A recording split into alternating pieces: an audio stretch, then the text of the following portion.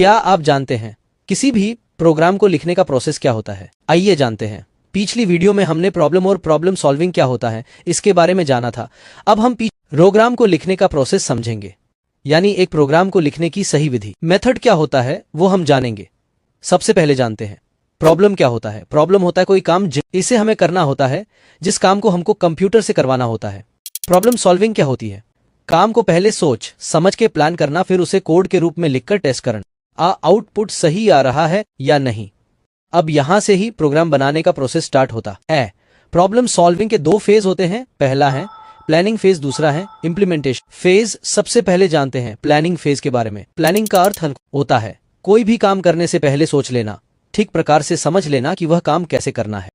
Planning में 4 step होते हैं। सबसे पहला स्टेप है अंडरस्टैंड द प्रॉब्लम, यानी प्रॉब्लम को समझना, यानी आपको क्या काम करना है उसे समझना।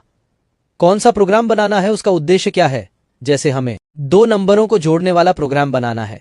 दूसरा स्टेप है राइट द एल्गोरिथम, यानी दूसरे स्टेप में एल्गोरिथम बनानी है। अब इस प्रॉब्लम को हल करने के लिए स्टेप बाय स्टेप इंस्ट्रक्शंस लिखते हैं, यानी एल्गोरिथम लिखते हैं।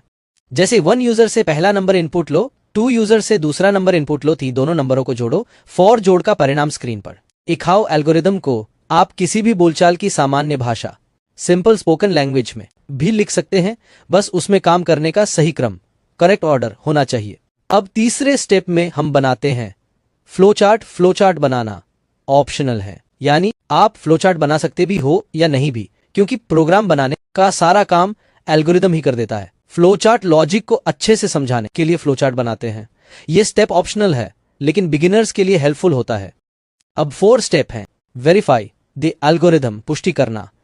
अब हम ये जांचते हैं कि हमने जो स्टेप्स यानी इंस्ट्रक्शन लिखे हैं क्या वो सही हैं या नहीं। क्या इससे हमें सही उत्तर मिलेगा? अगर सही उत्तर मिलेगा तो प्लानिंग फेज सफल है। यदि कहीं मिस्टेक है तो हम इंस्ट्रक्शंस को सुधारते हैं। यही प्रक्रिया प्लानिंग फेज को सफल बनाती है। ऐसे ही होती है किसी प्रोग्राम को बनाने की प्लानिंग। अब हमने प्रोग्राम को कैसे बनाना है उसकी पूरी प्लानिंग कर ली है, हमने उसकी पूरी तैयारी कर ली है।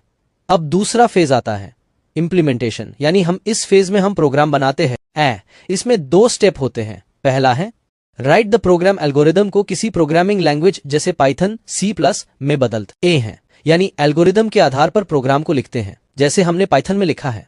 अब दूसरा स्टेप है टेस्टिंग और डिबगिंग करना, test and debug the program. जब हम प्रोग्राम लिख लेते हैं तो अगला कदम होता है उसे चलाकर देखना, यानी टेस्टिंग करना। हम चेक करते हैं कि आउटपुट वैसा आ रहा है जैसा हमने सोचा था या नहीं। यदि कोई एरर होता तो उसे ठीक करते हैं। यही होती है एक प्रोग्राम को बनाने की प्रोसेसिंग।